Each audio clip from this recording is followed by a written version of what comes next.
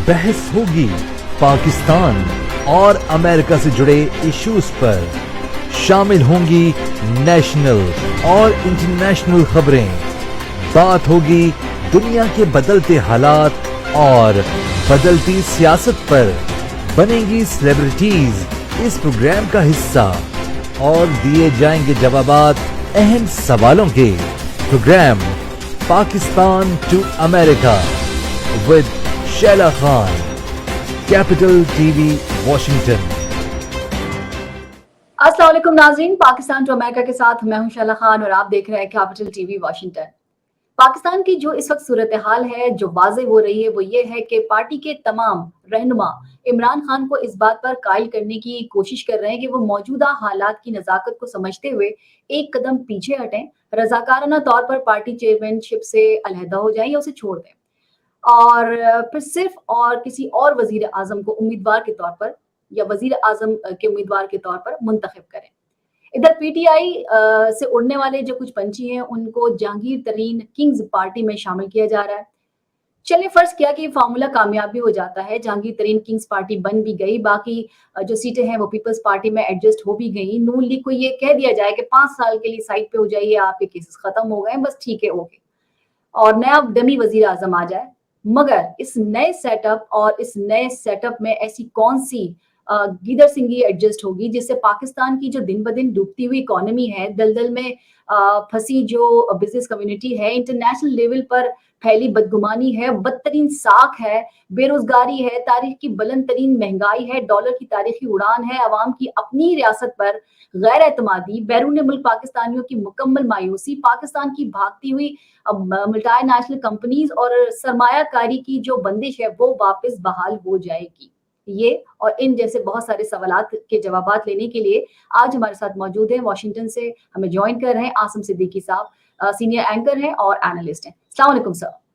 वालेकुम अस्सलाम।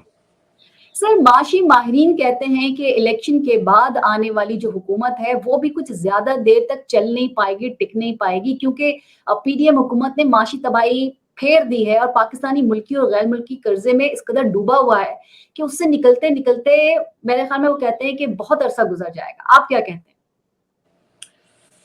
हैं? मैं एक बड़ा मशहूर जुमला है कि बहुत नाजुक सूरत हाल है तो पाकिस्तान को तो हम हमेशा से देखते ही आए हैं कि बहुत नाजुक सूरत हाल रही है, हर हुकूमत में रही है, हर कूह में हुई है। हर वज़ीर आज़म के जाने के बाद नए वज़ीर आज़म को जो है बड़ी नाजुक सूरत हाल मिलती है। जो कुछ पाकिस्तान में पिछले कई सालों में हो गया, 2017 से 2023 तक का सफ़र जो है वो अराउंड $200 कम बेश डॉलर के बढ़े, और उसके साथ ही जो है वो महंगाई जो है वो उतनी ही % ऊपर चली गई है। महंगाई पूरी दुनिया में हुई है, लेकिन पूरी दुनिया जो है वो वापसी की तरफ जा रही है और अपने आप को सही करने के लिए जा रही है। लेकिन पाकिस्तान में जो है ना एक के बाद एक सूरत हाल, एक के बाद एक सूरत हाल।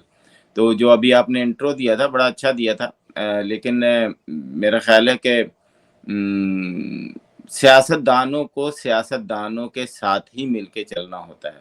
ये बात अगर हमारे सियासतदानों को समझ में आ जाए तो पाकिस्तान आइंदा 10 साल के बाद अपनी राह पे जो है चलना शुरू कर देगा।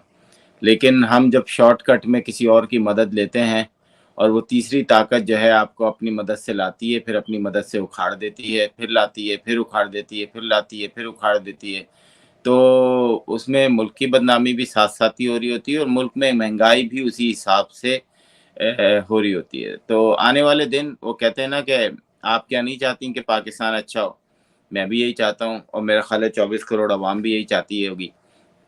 तो उम्मीद पे दुनिया कायम है, अब अच्छी उम्मीद तो रखनी चाहिए। कर्जे लेते रहेंगे और कर्जे लेने के बाद बजाय उसको अदा करने के या कहीं सेविंग करने के या अपनी आवाम को कुछ रिलीफ देने के, अगर हम इस तरह से अय्याशियां करते रहेंगे। दूसरा सवाल भी मेरा कुछ इसी नौयत का आपसे है कि अंग्रेजी अखबार के फ्रंट सफे पर वजीर आजम की लैपटॉप स्कीम के बड़े बड़े इश्तिहार सरकारी खजाने से टैक्स गुजारों की रकम से शाया होते रहे। आप ये बताइए कि मुल्क जिस दहाने पे खड़ा है उसके बाद आपने जितना कर्जा ले लिया वो तो ले ही लिया, लेकिन इस तरह की अय्याशियों की क्या मुतहम्मिल हो सकता है पाकिस्तान? देखें, मैं इसका तो बिल्कुल सख्ती से जो है ना इसके ऊपर वो करूंगा कि ये बेगैरती है, बेहिसी है, बेशर्मी है कि आप पाकिस्तान के गरीब आवाम के टैक्स पेयर के पैसे अपने इश्तिहारों पे खर्च करें। और मुझे पता है कि इश्तिहार लाखों के नहीं होते, करोड़ों के होते हैं। और इस हुकूमत में जो ये अय्याशियां हैं, इसके खिलाफ मैं हमेशा बोलता रहा हूँ और बोलता रहूंगा कि ये पहले भी जो है इश्तिहारों की मद में अरबों रुपए जो है इन्हीं मीडिया चैनल्स के आउटलेट्स को देते थे। और ये इश्तिहार जो हैं मैंने भी देखे हैं, तो मुझे तो बड़ा अफसोस हुआ कि हम अब भी नहीं सुधरे। बल्कि मैं समझता हूँ कि शहबाज शरीफ से अगर कोई वहाँ पे जर्नलिस्ट है और हिम्मत कर सकता है, मुंह पे पूछे कि तुम्हारे को किसने इख्तियार दिया कि तुम पाकिस्तान के टैक्स पेयर के पैसों को इस तरीके से खर्च करो। लेकिन कौन पूछेगा? जो जर्नलिस्ट पूछेगा उसे अखबार से निकाल दिया जाएगा, जो टीवी एंकर पूछेगा उसे टीवी की नौकरी से निकाल दिया जाएगा। पाकिस्तान के अंदर जो है ना इन सवालात पे पाबंदी है।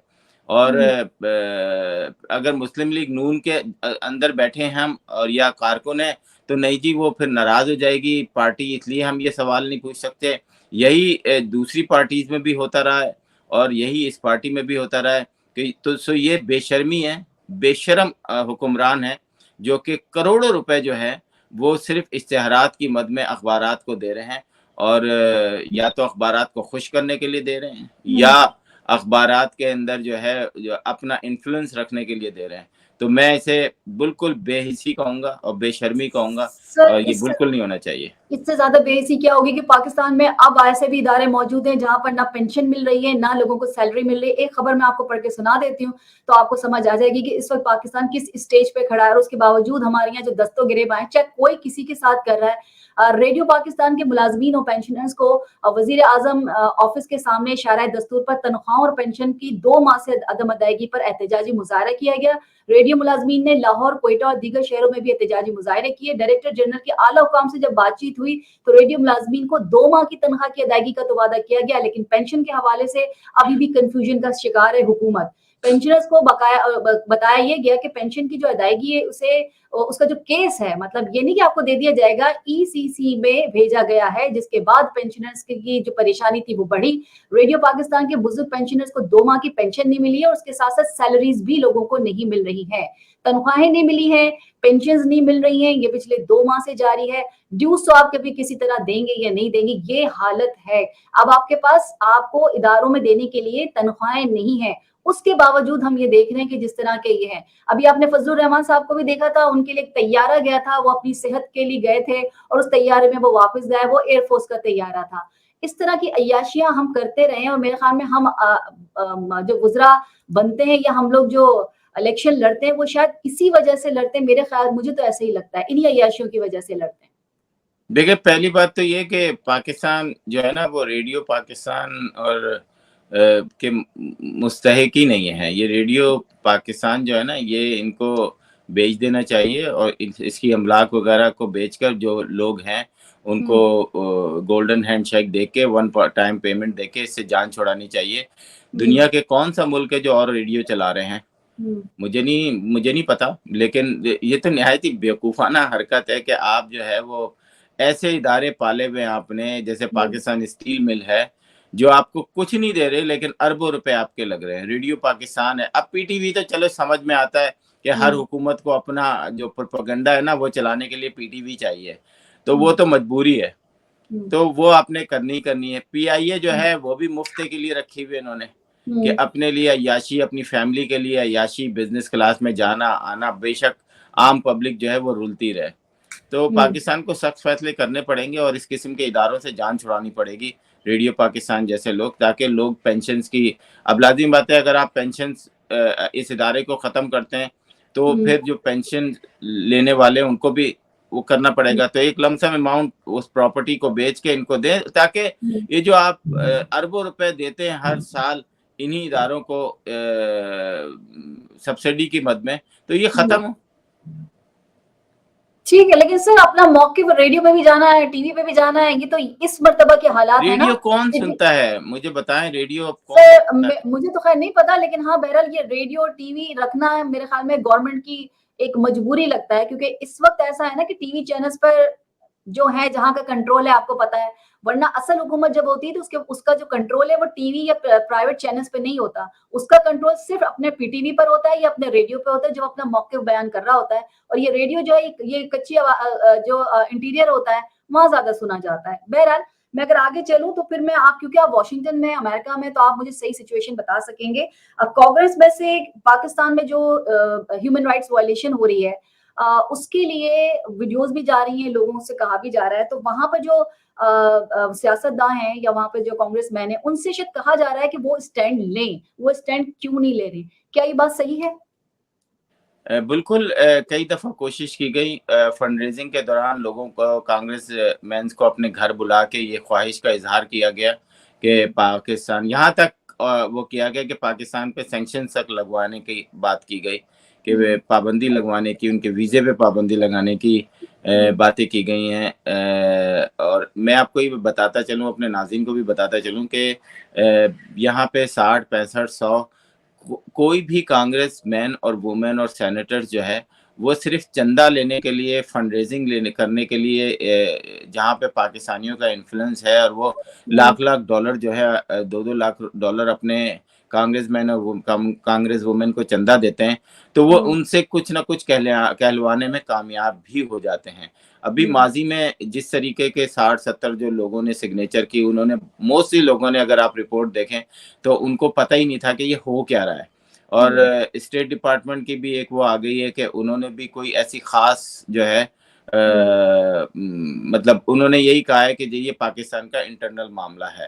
तो ये बात जो पीटीआई के एक खास ग्रुप जो है, वो यहाँ पे फैलाने की कोशिश कर रहा है कि किसी तरीके से पाकिस्तान पे पाबंदी लग जाए।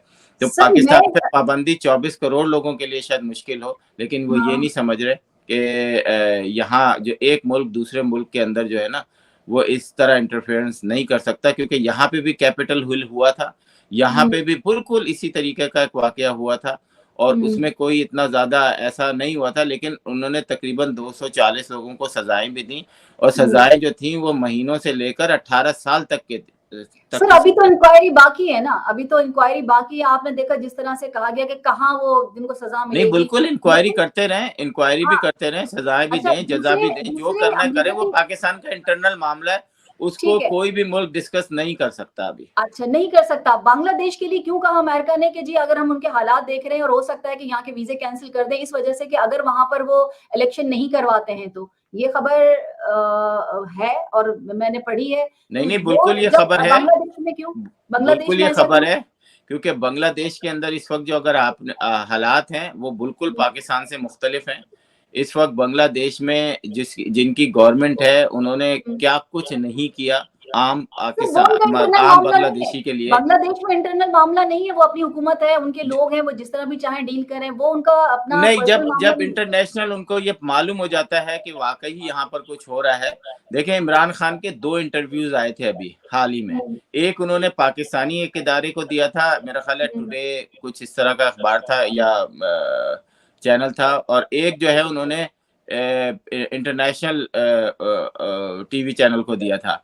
जब हुँ, उससे पाकिस्तान में इमरान खान साहब से ये सवाल किया गया कि जी अफगानिस्तान में जो है वो देखें औरतों के खिलाफ बहुत ज़्यादा वो हो रहा है, वहाँ पे हुँ, उनको पढ़ने नहीं दिया जा रहा, वहाँ उनके साथ वायलेशन हो रही है। तो उन्होंने, हुँ, इमरान खान ने कहा कि देखें वो उनका शायद वो इसी तरह रहते हैं, हुँ, हम नहीं समझते कि उनके घर में हम दाखिल हों या हम उनको डिक्टेट करें, वो उनका पर्सनल मसला है, वो एक इंडिपेंडेंट मुल्क है, हम उसमें दखल अंदाजी नहीं कर सकते। और सही, बिल्कुल यही सही। बात जब अंग्रेज के यहाँ के मीडिया ने, इमरान खान ने उनसे कहा कि जी हुँ, आप पाकिस्तान में जो है वो दखल अंदाजी क्यों नहीं करते, हुँ, क्योंकि यहाँ पे वुमेन राइट्स या वुमेन वायलेशन हो रही हैं या ह्यूमन राइट्स की वायलेशन हो रही हैं।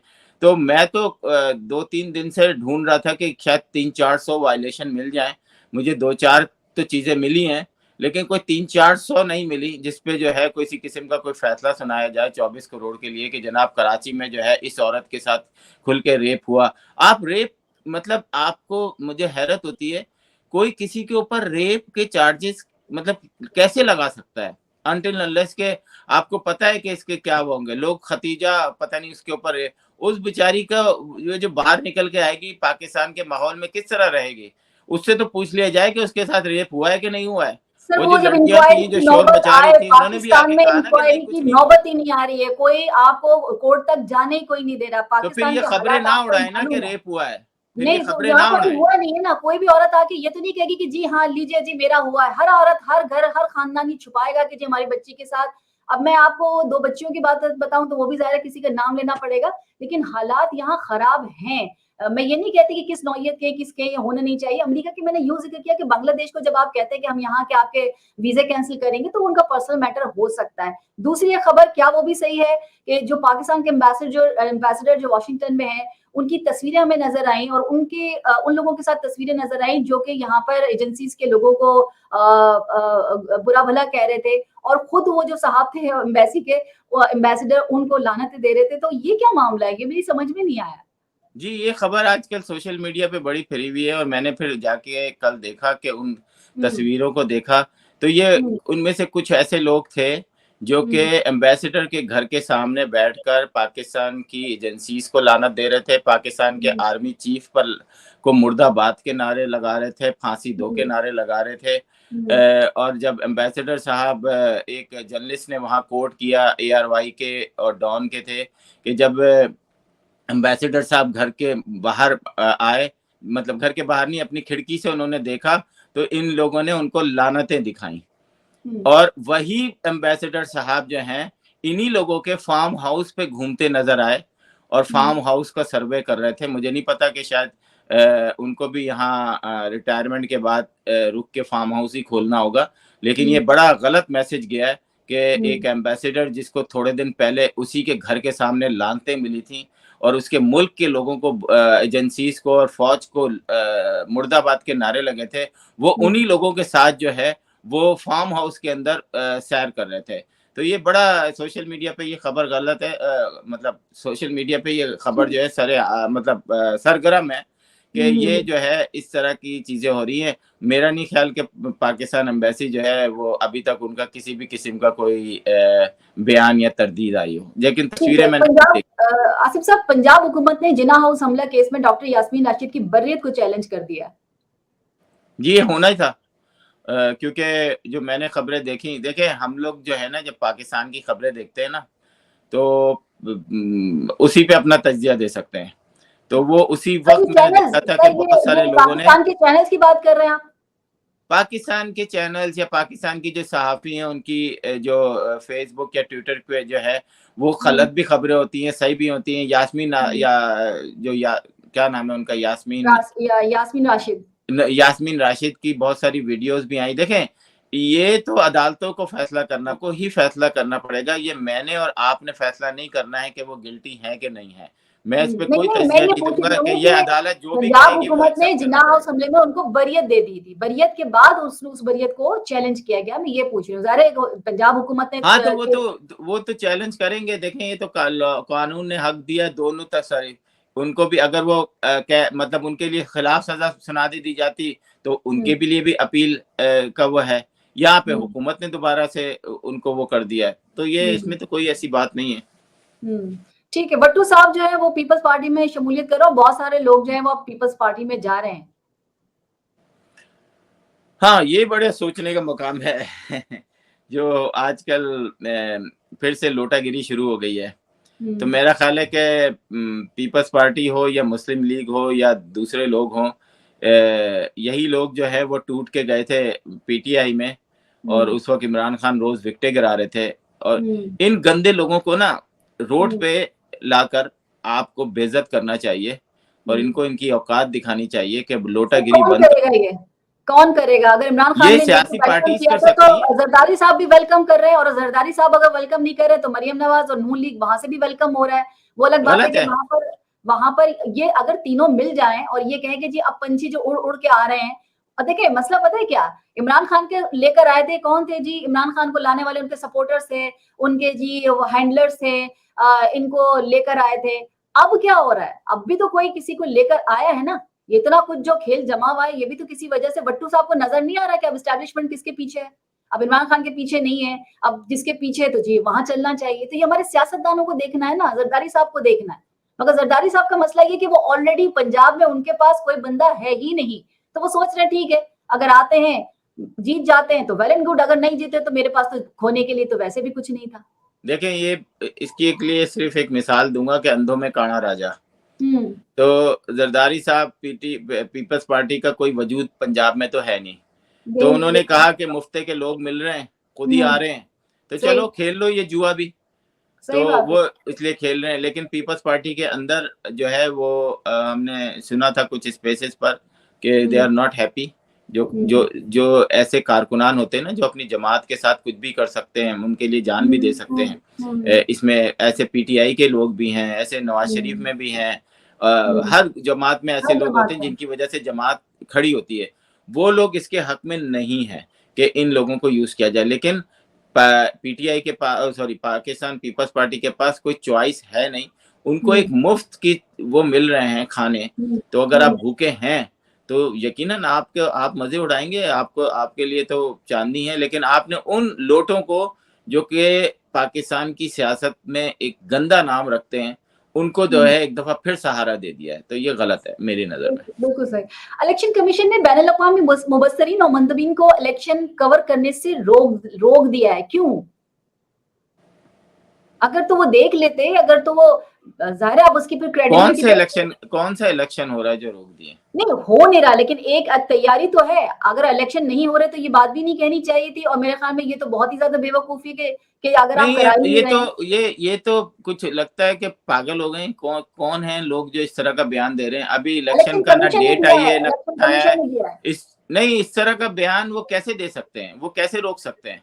इलेक्शन कमिश्नर तो मेरा नहीं ख्याल कि उसको ये अख्तियार है कि वो दुनिया के जो जर्नलिस्ट हैं अगर वो कवर करना चाहें तो मेरा नहीं ख्याल कि वो रोक सकते हैं। हाँ, ये हो सकता है कि कुछ इलाकों में सिक्योरिटी की वो बुनियाद पे रोक दें। आईन ही नहीं है हमारे पाकिस्तान में, कानून ही नहीं है हमारे पाकिस्तान में। इलेक्शन कमीशन क्या कर सकता है, इसके पीछे कौन है वो आपको पता है। बैनुल अक़वामी मुबस्सरीन और मंदूबीन नहीं आएंगे, ठीक है जी, नहीं आएंगे, लेकिन उसके साथ साथ अगर कोई आना चाहे तो अपनी जिम्मेदारी पर आए। ये कहा है, पूरी मैं तफसील तो इस वक्त आपको से मैं शेयर नहीं कर पाऊंगी, लेकिन बहरहाल ये सवाल मेरे जहन में था कि इलेक्शन कमीशन को क्या, अगर ऐसा इंतखाब होता है, चाहे अभी होता है, 6 महीने बाद होता है, 4 महीने बाद होता है, साल 2 साल के बाद होता है, तो क्या क्रेडिबिलिटी होगी इस इलेक्शन की? वैसे ही आपके यहाँ जो जीतता है वही सिकंदर है, बाकी सब कह रहे होते हैं कि जी यहाँ तो धांधली हुई है, मैं जीत गया ठीक है, नहीं जीता तो कुछ इलाकों में अगर वो कहें कि नहीं जी यहाँ पर हम आपको सिक्योरिटी नहीं दे सकते तो बात समझ में आती है, लेकिन इस तरह मना कर देना कि जनाब अगर आप नहीं आ सकते तो मेरा ख्याल है ये गलत है। हाँ, अगर ये वो कह दें कि जनाब हमारे लिए सिक्योरिटी प्रॉब्लम है, हम आपको नहीं वो सिक्योरिटी फराहम कर सकते, तो एक डिफरेंट बात है। लेकिन इस वक्त बयान देना जहाँ दूर दूर तक जो है इलेक्शन का कुछ पता ही नहीं है, तो पाकिस्तान के अंदर रोजाना सुबह उठ के बयान देना, जैसे नाश्ता करना जरूरी है ना, तो उस तरह बयान देना भी जरूरी है। बस इसी तरह से रोजाना का एक। अच्छा, आपको मैं जरा सिंध की हालत भी बता दूं। यहाँ तो जरदारी साहब के पास खोने को कुछ नहीं है, तो उन्होंने पंजाब में डेरेट भी डाल लिया। यहाँ से खरीदो फरोख्त जो उनका एक खासा जो स्पेशलिटी है, जिस तरह की वो सियासत करते हैं, वो कर ही रहे। वहां से आ गए, पंजाब में वो रह रहे। हुआ ये कि जिले गरबी से ताल्लुक रखने वाले पीटीआई के एक और चेयरमैन हैं, वो आतिफ हयात, उनको गिरफ्तार किया। इसके अलावा मलिर के एक साहब थे, उनको चेयरमैन थे, उनको अरेस्ट किया ताकि वो मलिर के लिए वोट ना डाल सके। नॉर्थ नाजाबाद के जो एक चेयरमैन थे, उनको भी इसी तरह से अरेस्ट कर लिया गया, जबरी तौर पर डराया धमकाया भी गया है। मेरे ख्याल में अब ये हो रहा है कि वो बिलावल भुट्टो जो है, इस तरह से अगर जियाला मेयर लाना चाह रहे हैं तो फिर मैं क्या कह सकती हूँ कि इस तरह से आएंगे। बाकी लोगों को आपने अगवा कर लिया है, गिरफ्तार कर लिया है। जो कोई हलफ उठाने आता है उसको गिरफ्तार कर लेते हैं, जो वोट के लिए आता है उसको आप उठा के ले जाते हैं। सिंध में तो मुझे समझ नहीं आ रहा कि इस तरह मेयर बनेगा। देखें, सिंध की बदकिस्मती यह है कि सिंध की का कब्जा ऐसे लोगों के पास ही रहा है जो जबरदस्ती है, जिन्होंने अपनी पुलिस को ही अपनी फौज बनाई हुई है, तो वो ताकत के जरिए ये सारे काम करते हैं। आज भी करते थे, पहले भी करते चले आ रहे हैं। यहाँ पर जब उनसे पूछो, शहर तो कराची एक ही है ना पूरे पाकिस्तान में, उस कराची को इन्होंने यरगमाल बनाया हुआ है। ये सारी रिपोर्टें तो आपने जो बताई, ये इसमें हकीकत भी है, यकीनन नजर आ रही है कि वो कहते हैं हमारा मेयर होगा, जमात इस्लामी कहती है हमारा मेयर होगा। पीटीआई और जमात इस्लामी मिलके आराम से अपना मेयर बना सकते हैं। इनको हजम नहीं हो रहा।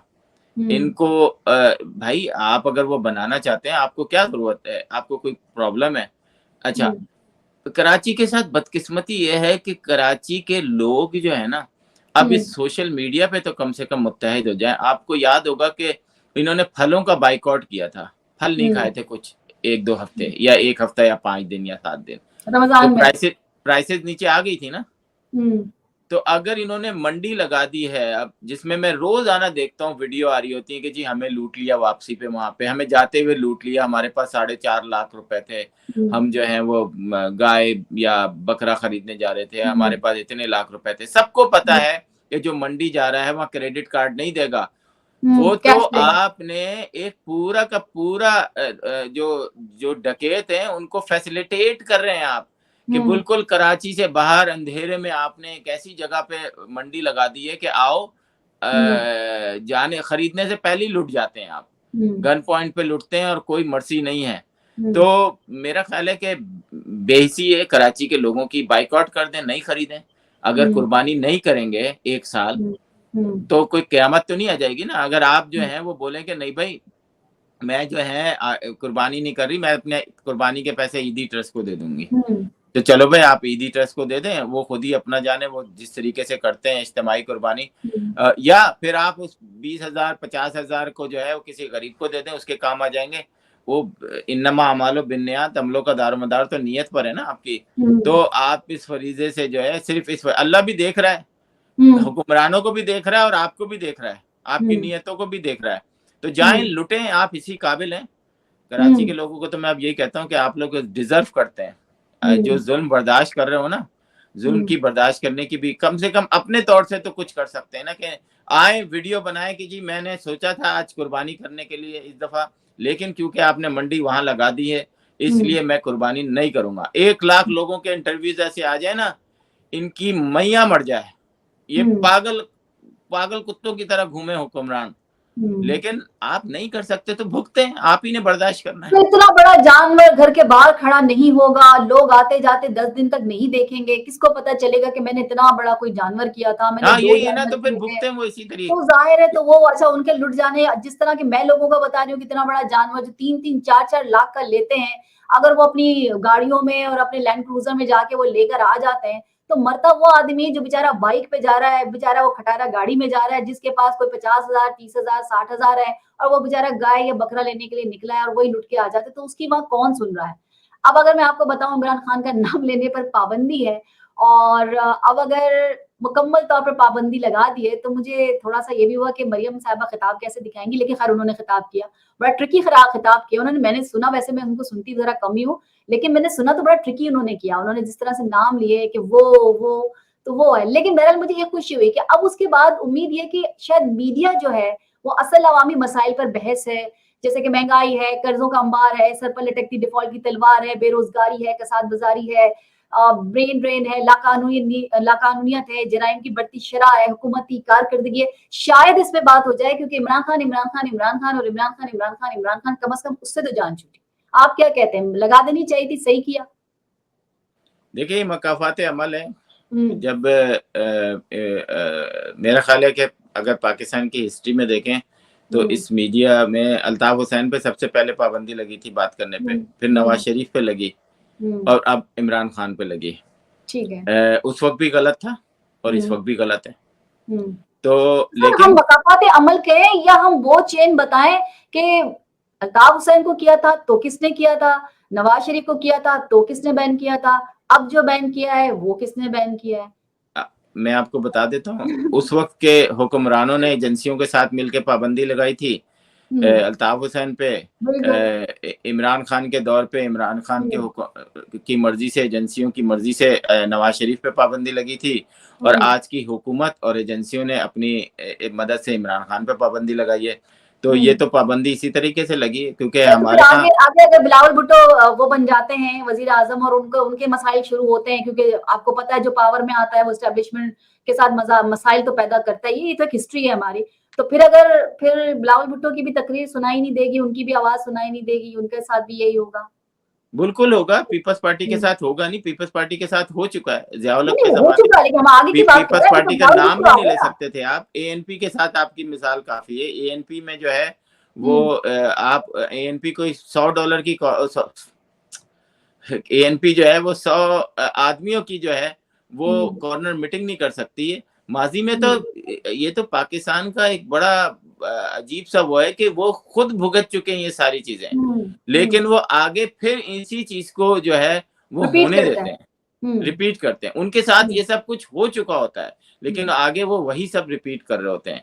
हम्म आज मैं समझता हूँ कि जितने भी लोग पकड़े गए हैं, हम्म मेरा ख्याल है अच्छे खासे लोग पकड़े गए हैं। तो कल मैं एक खबर देख रहा था जिसमें 13 ख्वातीन और हम्म 89 मर्दों को जो है वो आर्मी कोर्ट में जो है ट्रायल हम्म होगा उनका, और हम्म बाकी पता नहीं कितने हजार लोगों का रेगुलर जो अदालतें हैं उसमें ट्रायल होगा। हम्म पीटीआई का मैं देख रहा था कि हम्म तकरीबन 350 से ज़्यादा लोग जो एमपीए, हम्म एमएनएज और दूसरे ओहदों पर फाइज थे, उन सब ने पीटीआई को हम्म छोड़ने का ऐलान किया है। तो हम्म। आज मतलब वो तो इतनी तेज़ी से हुआ है कि लग रहा था कि कोई मतलब कोई तो सबक आपको क्या पढ़ा दिया लगता है, गया है। आपको क्या, अच्छा आपको क्या लगता है, हम 3 दिन तक शोक मनाते रहे, ज़ाहिर है एक बड़ी चीज़ थी कि जी हमला हो गया, आग लगा दी और जगह लगाई, चीज़ें थी, सज़ा होनी चाहिए थी। लेकिन ये कैसी सज़ा है, ये कैसी तकलीफ़ है, ये कैसा दुःख है कि अगर पीटीआई में हैं, तो आप हैं, वो दुःख तकलीफ़ सब कुछ है, वो बेइज़्ज़ती भी है कि जी आपने शोधा के लिए किया। लेकिन अगर आप दूसरी किसी पार्टी में चले जाएँ,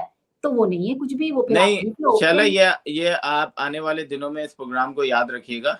ये मैं आपको इस प्रोग्राम में मेरे अल्फाज़ हैं कि आपको ऐसा लग रहा है कि माफ़ी हुँ, मिल गई है, हुँ, लेकिन किसी को भी दूसरी जमात में जाने से पहले उनको हुँ, अंदाज़ा ही नहीं है कि उन्होंने किया क्या है।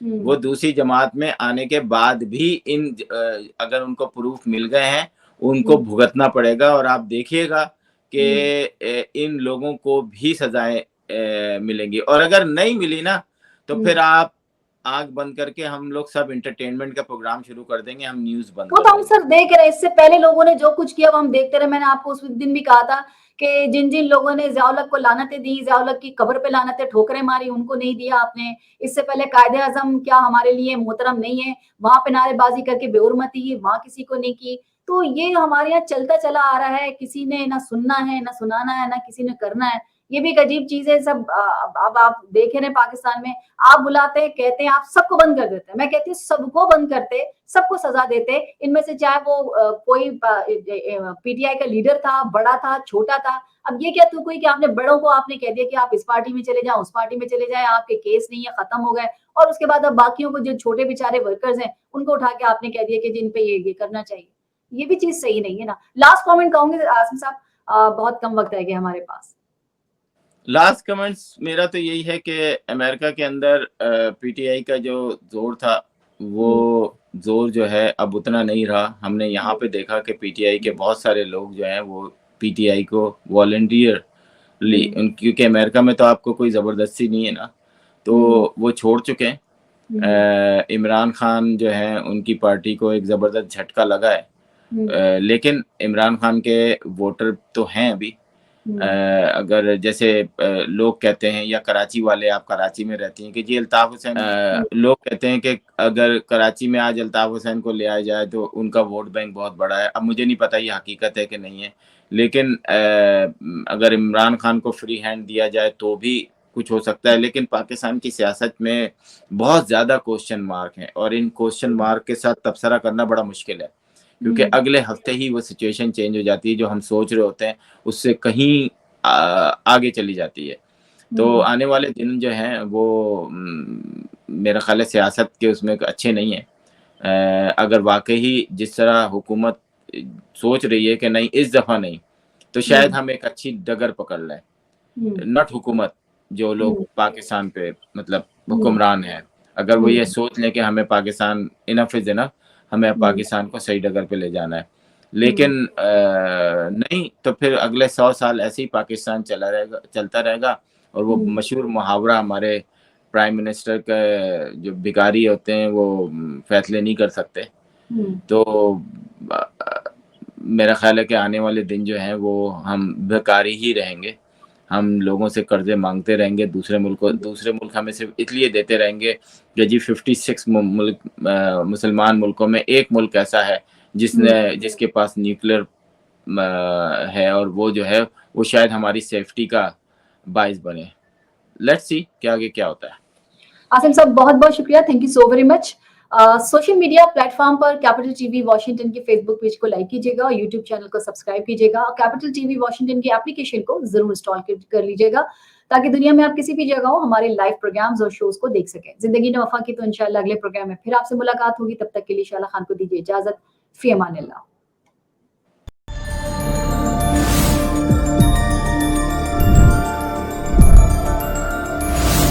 You are watching Capital TV Washington, the best South Asian TV channel in North America.